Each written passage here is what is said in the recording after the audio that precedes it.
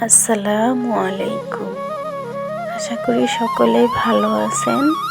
আল্লাহর অশেষ রহমতে আমিও ভালো আছি আলহামদুলিল্লাহ। নতুন একটি ভিডিও নিয়ে হাজির হলাম। আশা করি আপনাদের সকলের কাছে অনেক বেশি ভালো লাগবে। ভালো লাগলে অবশ্যই লাইক, কমেন্ট, শেয়ার করবেন এবং চ্যানেলটি সাবস্ক্রাইব করে পাশে থাকবেন এবং কষ্ট করে না টেনে সম্পূর্ণ ভিডিওটা দেখবেন, যাতে করে আমার ওয়াচ টাইমটা পূরণ হতে সহযোগিতা হয়।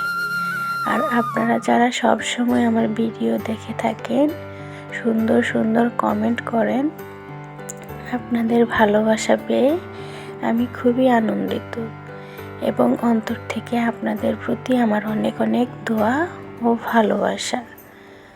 প্রতিদিনের মতো আজকেও একটি নতুন ভিডিও নিয়ে আসলাম। আশা করি আপনাদের সকলের কাছে ভালো লাগবে। আর আপনারা সকলেই অনেক সুন্দর সুন্দর ভিডিও বানান, যা দেখে আমার অনেক উৎসাহিত হয় এবং অনেক ভালো লাগে। আমি কিন্তু অনেকের ভিডিও দেখি, অনেকেই কিন্তু অনেক সুন্দর সুন্দর ভিডিও বানান। তো ভিডিওগুলো দেখে কিন্তু আমার খুবই ভালো লাগে। আলহামদুলিল্লাহ। তো প্রত্যেকটি রোজাই কিন্তু খুব সুন্দরভাবে হচ্ছে, কোনো কষ্ট হচ্ছে না এবং কোনো ক্লান্তি কোনো রকমই খারাপ লাগছে না। তো সেই জন্য আল্লাহর কাছে লাখো কোটি শুকরিয়া আলহামদুলিল্লাহ জানাই। আর আপনাদের রোজাগুলো কেমন কাটছে অবশ্যই কিন্তু কমেন্ট করে জানাবেন। তো এইখানে আমি আর কি বুঝে বললাম যে আমার বড় মাছ খেতে ভালো লাগে না, তাই আর কি ছোট মাছ একটু ঝোল ঝোল করে রান্না করে খেতে ইচ্ছে করছিল।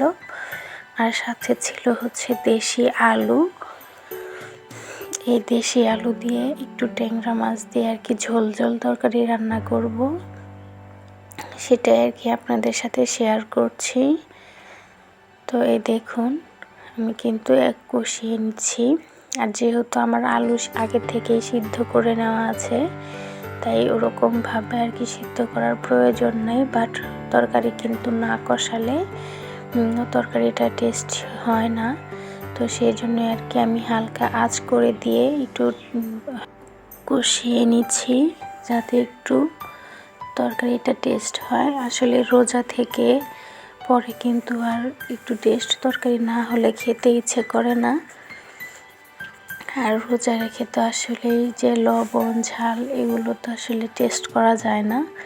তো অনুমানের উপরে আর কি রান্না করা হয়।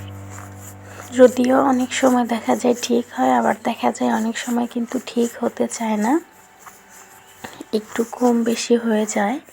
সেটা যতই ভালো রাঁধুনি হোক। যেমন আমি হোটেল থেকে ছোলা বুট কিনে নিয়ে এসেছিল আপনাদের ভাইয়া, তাতে কিন্তু মোটেও লবণ দেয়নি। সেটা কিন্তু আবার আমার পরে প্রসেসিং করে খেতে হয়েছে। তো আমার তরকারিটা রান্না হয়ে গেছে, কিন্তু এই তরকারিটা রান্না করতে গিয়ে যে কী এলাহি কাণ্ড হয়েছে সেটা একটু পরে দেখতে পাবেন। আর আমি কয়েকদিন হলো আপনাদেরকে যে গোলাপ ফুল গাছের ভিডিওটা দেখাচ্ছি, এর একটা কারণ আছে। দেখতেই পেলেন এত ছোট একটা গাছে কত সুন্দর আর কি গোলাপ ফুল ফুটছে। বাট আমি তারপরের দিন গিয়ে দেখি দুটা পোকা আর কি আমার এই ফুলটাকে গ্রাস করে ফেলছে। আমার এতটা পরিমাণ কষ্ট লাগছে। প্রথমে তো আমি খুব খুশি ছিলাম যে এত ছোট গাছে ফুল কখনো আমি আগে দেখিনি, আমার লাইফে ফার্স্ট আমি দেখলাম, তাও আবার আমার গাছেই। তো এখন যে দেখেন কেমন হয়েছে, আসলে ক্লিয়ার বোঝা যাচ্ছে না, বাট খুবই কষ্ট লাগছিল আর কি দেখে। আমি এখন এটা নিয়ে খুবই চিন্তিত আছি, কি করে এটাকে সমাধান করা যায়। তো এটা সেরে আর কি পরে ইফতারি রেডি করতেছি, সবগুলো আর কি গুছিয়ে নিচ্ছিলাম। এই যে বললাম যে ছোলা কেনা হয়েছিল এটাতে কিন্তু একদমই লবণ ছিল না, পরে আমি আর কি লবণ দিয়ে নিয়ে রান্না করে নিয়েছি। তো প্রতিদিনের মতো আলহামদুলিল্লাহ আজকের রোজাটাও কিন্তু খুব ভালো কাটলো। আর যে কথাটা বলতেছি সেটা ওই যে তরকারি রান্না করলাম, অনেক মনে ধরেছিল যে খাবো ঝোল ঝোল।